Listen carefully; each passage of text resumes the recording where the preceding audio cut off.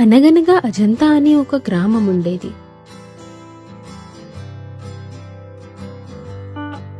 ఆ గ్రామంలో అప్పారావు అనే ఒక కాపలాదారుడు ఉండేవాడు.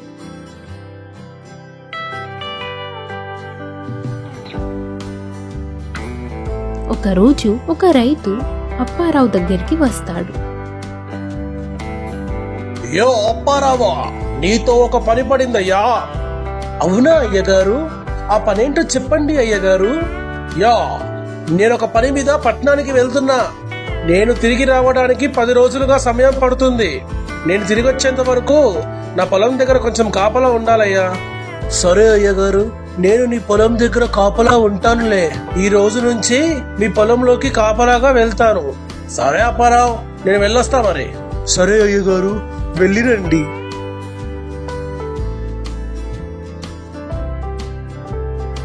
కొద్దిసేపటి తర్వాత అప్పారావు కాపలా ఉండటానికి పొలం దగ్గరికి బయలుదేరుతాడు. అప్పారావు రాత్రి పగలు పొలం దగ్గరే ఉండి కాపలా కాస్తూ ఉంటాడు.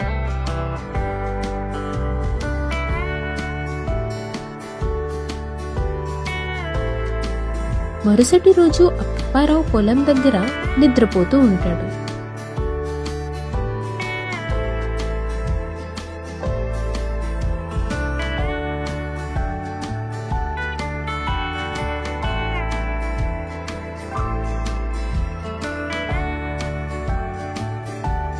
ఇంతలో ఒక రెక్కల గుర్రం వచ్చి పొలంలో ఉన్న పంటను తింటుంది.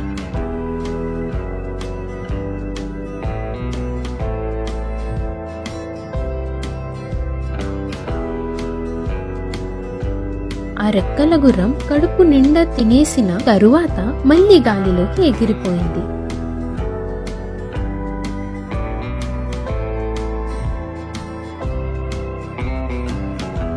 సూర్యోదయం అయిన తరువాత అప్పారావు ఒకసారి పంటను చూసి వద్దామని అనుకుంటాడు.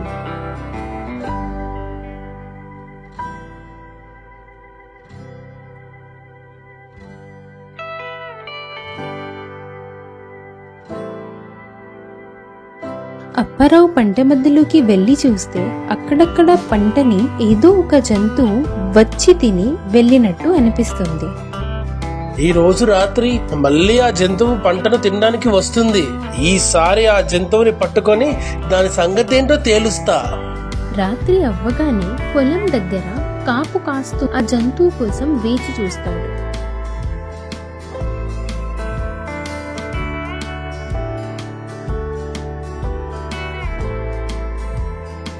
ఇంతలో ఆ రెక్కల గుర్రం ఎగురుకుంటూ పొలంలోకి దిగుతుంది.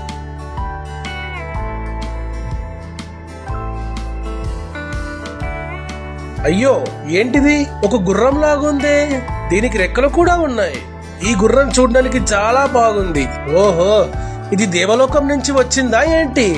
సర్లే, ఎక్కడి నుండి వస్తే నాకేంటి? ఇది రోజు పొలంలోకి వచ్చి నా పంటను తిని వెళ్తుంది. చెప్తా దీని సంగతి ఏంటో.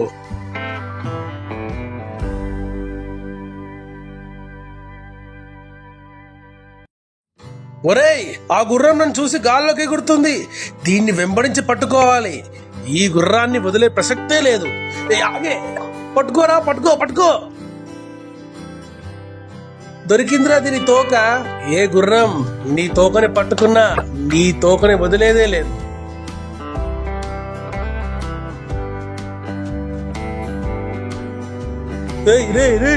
ఇదేంటో రేయ్, పైకి వెళ్తుంది. వామ్మో, ఈ గుర్రం బాలకం చూస్తుంటే ఆకాశంలోకి వెళ్తున్నట్టు అనిపిస్తుంది. కొంపదీసి ఇది నన్ను ఆకాశంలోకి తీసుకొని వెళ్తుందా ఏంటి?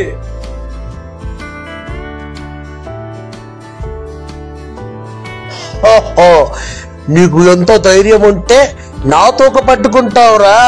చెప్తారా నీ సంగతి?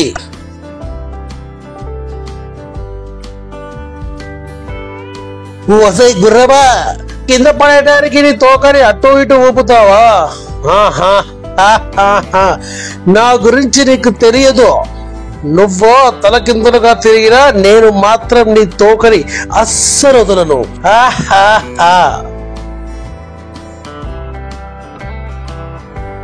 వీడు ఏం చేసినా నా తోక వదిలేలాగలేడే.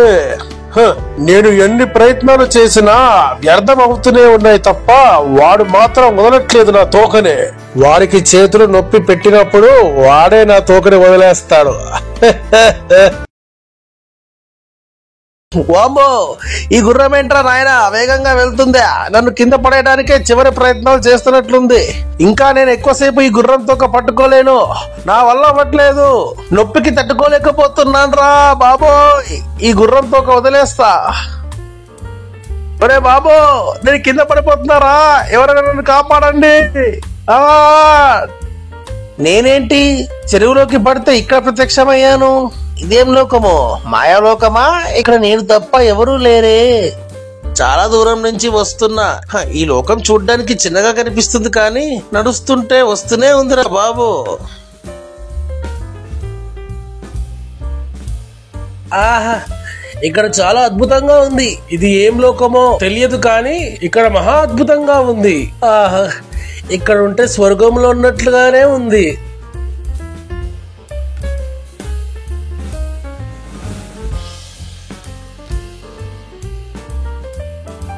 ఇదేంటి బంగారం లాగా ఉన్నట్లుంది? వామ్మో, ఇక్కడేంటిరో చాలా బంగారం ఉంది. ఇంకా ఇక్కడ చాలా వింతలు ఉన్నట్లున్నాయి. ఓహో, ఈ వింతలు చూస్తుంటే నాకు ఇక్కడే ఉండిపోవాలనిపిస్తుంది. ఇంకా ఇక్కడ ఏమున్నాయో ఏంటో, అలా వెళ్ళి చూద్దాం. అయ్యో బాబోయ్, ఇక్కడ చాలా చోట్ల బంగారమే కనిపిస్తుంది. బంగారమే బంగారం. అమ్మో, ఇంత బంగారమా, ఇంత బంగారమా. ఓ, ఇది దైవలోకం అనుకుంటా. అందుకే ఇక్కడ ప్రతిదీ ఉన్నాయి. నేను చాలా అదృష్టవంతుడిని. ఈ లోకాన్ని చూసే అదృష్టం నాకు వరించింది. నేను ఈ లోకం వదిలి భూలోకంకి వెళ్ళాలి. గుర్రం వెళ్తుంది. వెళ్ళి దాని తోక పట్టుకొని మళ్ళీ నేను భూలోకంకి చేరుకోవాలి. ఏయ్ గుర్రం, ఆగు, నేను వస్తున్నా. నన్ను వదిలేసి వెళ్ళొద్దు. ఆగు, నేను వస్తున్నా. నన్ను భూలోకంలో వదిలేయి. అమ్మా, ఈ గుర్రం జస్ట్ మిస్ ఉండేది. ఇప్పుడు ఈ గుర్రం తోక దొరికింది కాబట్టి సరిపోయింది. ఒకవేళ గుర్రం దొరకకపోయి ఉంటే నేను ఇక్కడే ఉండిపోయేవాణ్ణేమో. అప్పారావు భూలోకం చేరుకోగానే స్వర్గలోకం చూసి వచ్చాను అని సంతోషం తట్టుకోలేక అందరిని పిలిచి జరిగిన విషయం అంతా చెప్పాడు. ఇది విన్న ప్రజలు అప్పారావు చెప్పిన మాటలు వినలేదు. అందరూ అప్పారావుని చూసి నవ్వుకున్నారు. ఏ పోర పిచ్చోడా, ఏం మాట్లాడుతున్నారో నువ్వు? అక్కడ ప్రజలు నవ్వుతుండడం చూసి అప్పారావుకి కోపం వచ్చి, నేను చెప్పింది నమ్మకపోతే మీరే నా వెంట రండి, నేను మిమ్మల్ని స్వర్గలోకంకి తీసుకొని వెళ్తాను అని అంటాడు. అప్పారావు చెప్పింది విని అందరూ అప్పారావు వెంట వెళ్తారు. అందరూ చూస్తుండగానే రెక్కల గుర్రం వస్తుంది.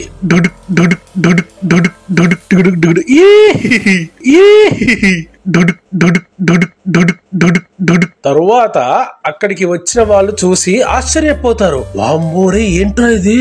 ఏదో ఇది ఏం జరిగింది? నిజంగా ఇది షాక్. అవక్కైపోయాం మేము. Shock. What the hell is going on అని అలా ఆశ్చర్యపోయారు.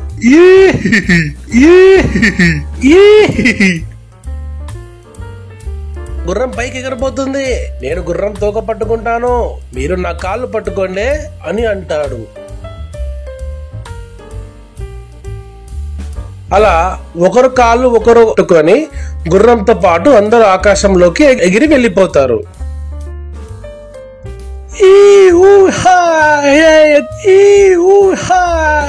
ఎంత ఆనందంగా ఉంది ఆకాశంలో ఎగురుతుంటే. నమ్మలేకపోతున్నాం. అలా వెళ్తూ ఉండగా ఆకాశ మార్గం మధ్యలో, రే భీమయ్య, అప్పారావు చెప్పినవన్నీ నిజమేరా? అప్పారావుని నమ్మలేదు. ఇప్పుడు అప్పారావు చెప్పినట్లే అన్ని జరుగుతున్నాయి. అవునరా, నువ్వు చెప్పింది కరెక్టే. స్వర్గలోకంలో ఏమేమి ఉన్నాయో ఒకసారి అప్పారావుని అడుగురా. యో అప్పారావా, స్వర్గలోకంలో ఏమేమున్నాయి? అప్పారావు, స్వర్గలోకంలో బంగారు వజ్రాలు ఇంకా పెద్ద పెద్ద గుమ్మడికాయలు ఉన్నాయి. అవునా అప్పారావు?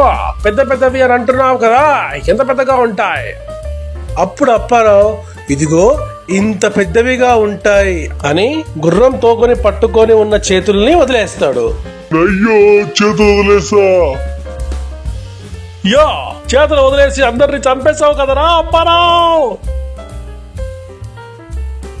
ఒరేయ్ భీమిగా, ఇప్పుడు నీ మాటలు వినే పరిస్థితిలో నేను లేనురా. మనం బ్రతికితే భూలోకంలో కలుద్దాం, ఒకవేళ చచ్చిపోతే యమలోకంలో కలుద్దాం రా భీమా. Tata bye bye. పెచ్చదల్లారా, నాతో పాటు స్వర్గానికి వచ్చి ఎంజాయ్ చేద్దాం అనుకుంటున్నారా? ధూళ తీరింది కదా వాళ్ళకి. అందుకే అతి ఆశ పడొద్దు.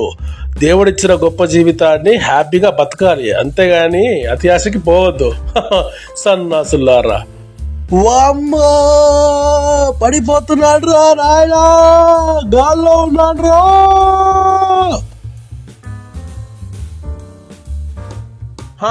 అమ్మో, నేను బతికిపోయాను రా బాబు. మిగతా వాళ్ళ పరిస్థితి ఎలా ఉందో ఏంటో, ఈ బీబీగాడు ఎక్కడ పడ్డాడో ఏంటో. ఒరేయ్ బీబీగా, స్వర్గలోకం చూసొచ్చాను రా అని నిజం చెప్తే ఎవ్వరు నమ్మలేదు. మీరు నమ్మకపోవటం వల్లే కదరా మనకి పరిస్థితి వచ్చిందిరా. ఇంతకీ ఈ భీమగాడు ప్రాణాలతోనే ఉన్నాడా లేక పోయాడా?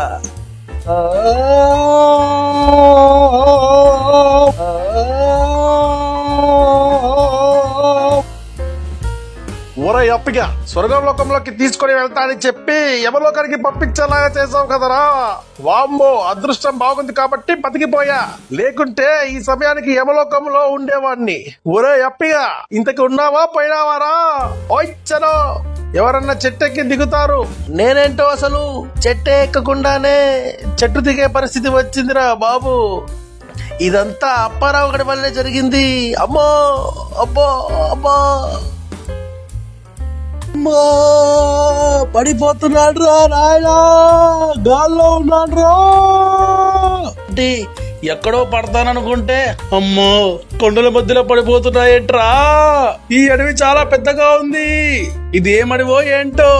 మిగతా వాళ్ళ పరిస్థితి ఎలా ఉందో ఏంటో, వాళ్ళు ఎక్కడ పడ్డారో ఏంటో, ఇంటికి వెళ్తేనే గాని తెలియదు. వామ్మో,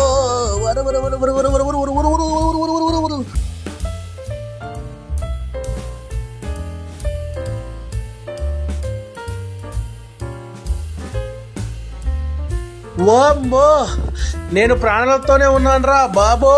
నేను ప్రాణాలతో బయటపడ్డాను. నా మిత్రులు కూడా ప్రాణాలతో ఉన్నారని అనిపిస్తుంది. త్వరగా నేను ఇక్కడి నుంచి వెళ్ళి వాళ్ళని కలవాలి.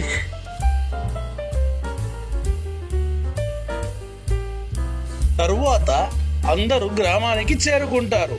దేవుడి దయ వల్ల ఎవరికి ఏం అవ్వలేదు. బతికిపోయావురా దేవుడా అని అనుకుంటూ అందరు సంతోషపడ్డారు.